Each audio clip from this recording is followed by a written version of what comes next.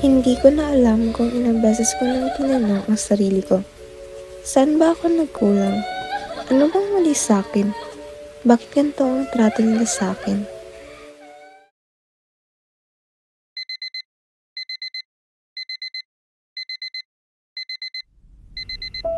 Hi! Umaga na naman. 3:00 pa lang ng madaling araw. Gising na ako.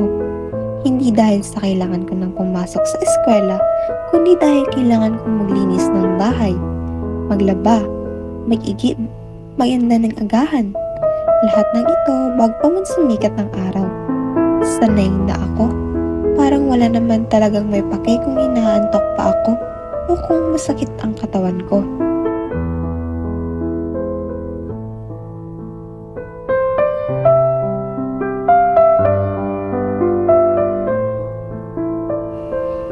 Ang nanay ko, tila ba hindi ko man lang ina. Wala siyang tanong kung nakapag-aral ba ako kagabi. Princess, ang kape ko! Kung may takdang aralin ba ako? O kung anong klaseng araw ang haharapin ko sa paaralan.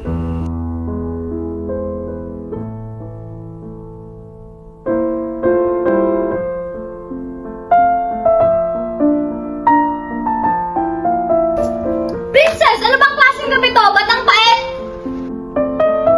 At saka anong oras na ba? 5:30 na po. Di ba ang sabi ko, gisingin mo ako ng maaga kasi malilate ako sa trabaho? Sorry ma, nakalimutan ko po.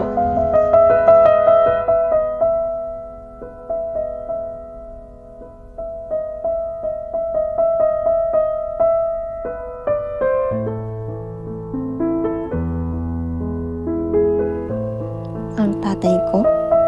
Wala naman akong masabi kundi bisyo lang ang alam niya. Umaga pa lang, amoy alak na siya. Lasing. Pa, pupunta na po ako ng school. Ay, Sige na.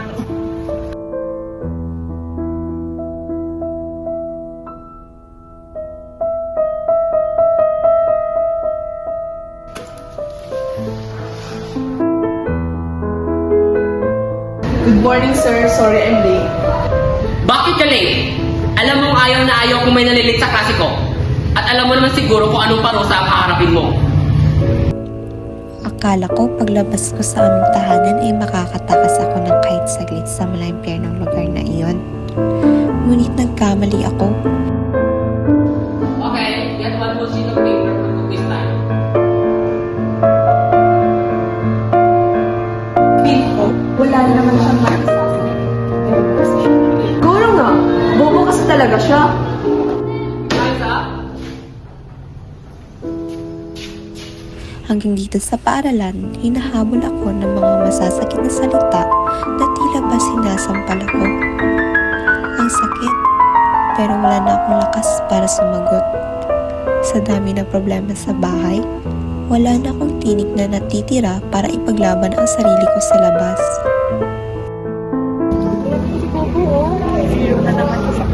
Ang bobo talaga.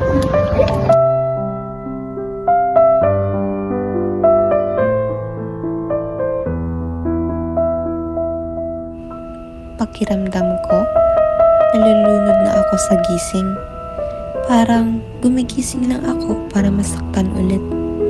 Para mapahiya ulit. Para masiyawan. Mapagbintangan. Matawag na walang kwenta. Ulit at ulit at ulit. Hindi ko na alam kung may pupuntahan pa tong lahat. Kung may hangganan pa tong paulit-ulit na impyerno. Hala, late na pala. Kailangan ko na umuwi. Hinahanap na ako ni mama.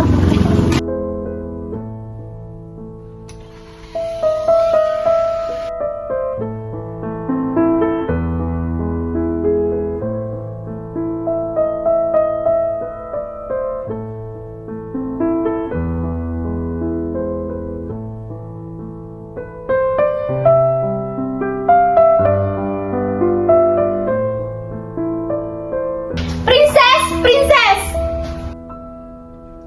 Nasaan si Princess? Wala pa ba siya?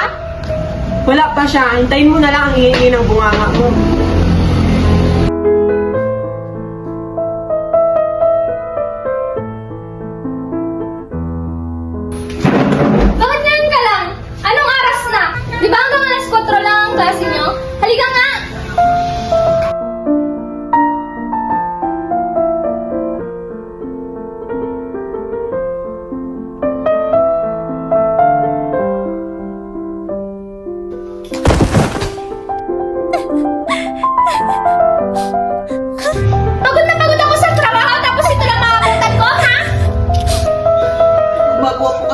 project sa school.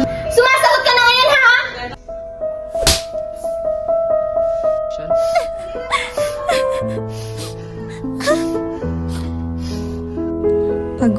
Pagod na ako.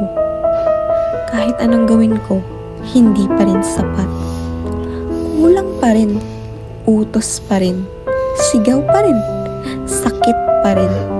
Gusto ko lang naman maramdaman yung yakap ng isang ina. Yung may magtatanong kung pagod na ba ako. Yung may magpapahid ng luha ko. Gusto ko lang marinig ang tinig ng isang ama na nagsasabing, "Anak, proud ako sa'yo. Kahit anong mangyari, nandito lang ako." Pero wala.